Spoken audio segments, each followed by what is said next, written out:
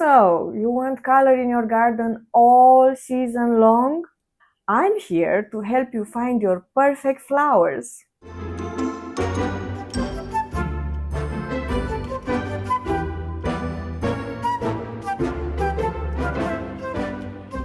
Hi, my name is Michaela and I garden in Zone 6 in Romania, Eastern Europe. Hence my accent. Just like you, I wanted to have flowers in my backyard all spring, all summer, and all autumn long. So I did my research, and it turns out there are not so many plants that bloom all season long. However, I had a few great surprises in our tiny garden. Our bachelor buttons went from May until after the first frosts. And the same for the Russian sage. Then there were the sweet begonias, which flowered from June until frost. And also Echinacea pretty parasols, Lilliput zinnias, lobelia, and French marigolds. They were all in bloom for 6 months on a row. So this is all not too shabby, but I can show you an even better way in which you can have flowers from January up until November, or even December if you're in a warm climate. All you have to do is use what's already in your garden, plus some more perennials and some annual flowers.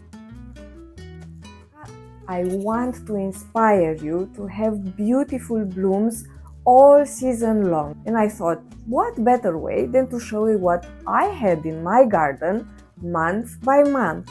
So if you see here anything that you like, you can replicate it in your own garden. I was in my first year of gardening. I took a picture of the first bloom of each variety. If I could do this in my first year of gardening, so can you! In January, when all is white and you'd think nothing is in bloom, the Christmas carol hellebores were attracting all the bees that were left in the garden. There was also the hazel catkins, glowing, and the sedum had pink leaves like tiny roses. In February, we had sweet violets on white and lavender. The dogwood was in bloom, snowdrops, crocus, dandelions, common daisies, and a confused tulip which bloomed on our porch.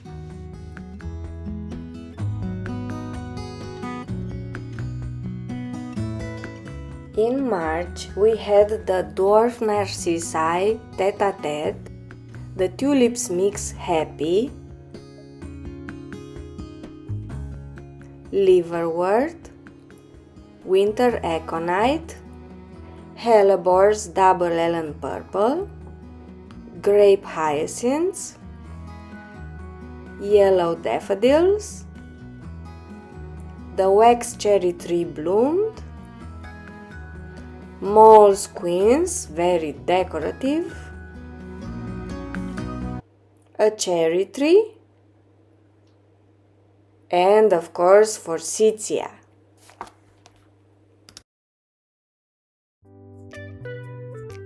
In April, the apple trees and the pear trees were in full bloom, allium purple sensation,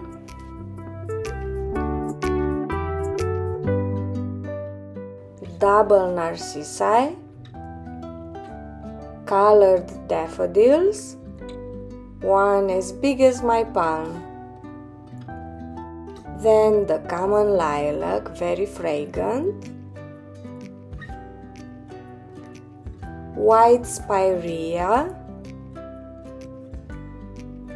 Dicentra or bleeding heart, the daisies, Clematis piaelu, also as big as my hand, and irises. The first one to bloom in May was a wild rose, then Lysimachia, very common in the English gardens, bearded iris on yellow, on dark wine, and on white at the gate, the pink panther foxglove, two peony plants that had been here before we moved in, a common garden rose which was also here beforehand, the jasmine, my favorite fragrance, the Greek sage, the petunias which I overwintered in the basement, ranunculus in many colors, penstemon dark towers,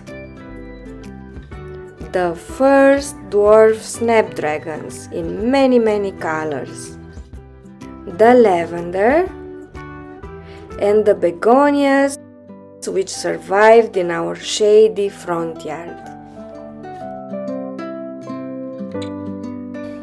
In June there was an explosion of daylilies, then the pincushion flower in many colors, the oxeye daisies, superstars in my bouquets, the Dutch irises,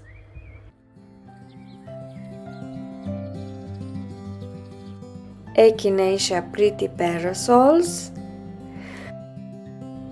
a butterfly favorite. Finally, the first zinnias, the Lilliput zinnias, a volunteer chicory which I let grow into a massive plant,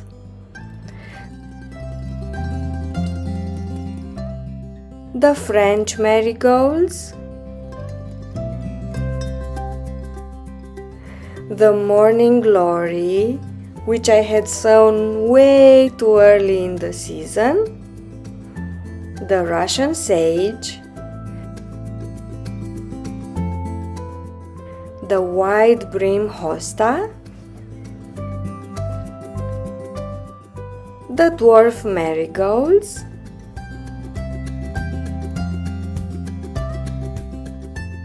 lobelia, moss rose purslane, the wild carrot, tansy which I use intensely in my bouquets, Verbena bonariensis, Nicotiana, fragrant in the garden at night, and my first sunflower.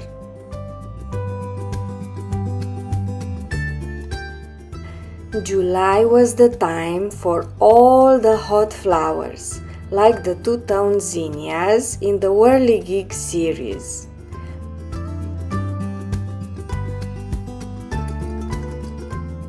The Prairie Mallow Little Princess,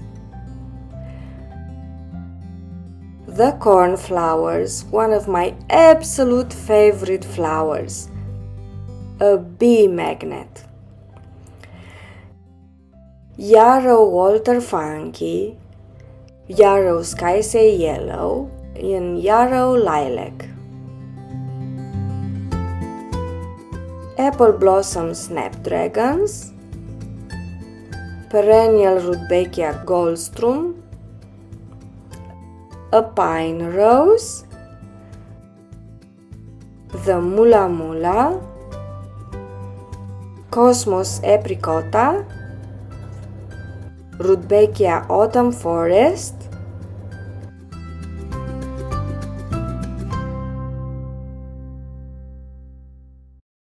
and the chocolate cosmos.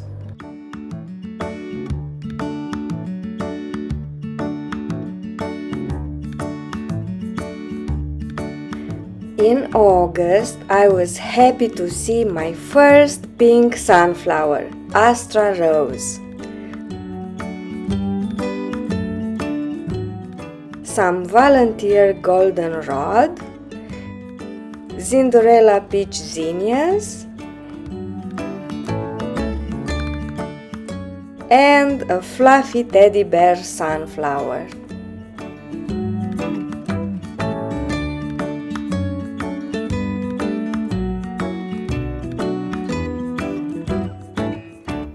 September was super hot. On one hand, it was very good for the grapes. On the other hand, my dahlias only bloomed by the end of the month. Pom-pom dahlia palmares, budget pink, and dahlia cactus romantique.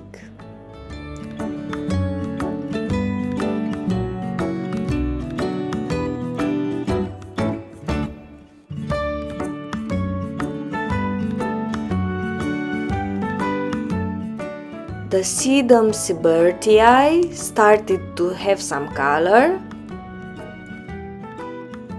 The zinnia cactus mix was in bloom. The African marigolds sown for fall bouquets. And a lot of asters like crimson brocade and island Samoa.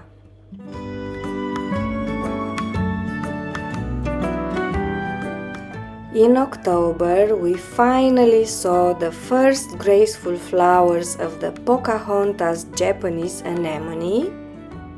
The garden rose bloomed again, and our last dahlia variety, Pineland Princess, also decided to bloom. So I created one of the last bouquets of the year.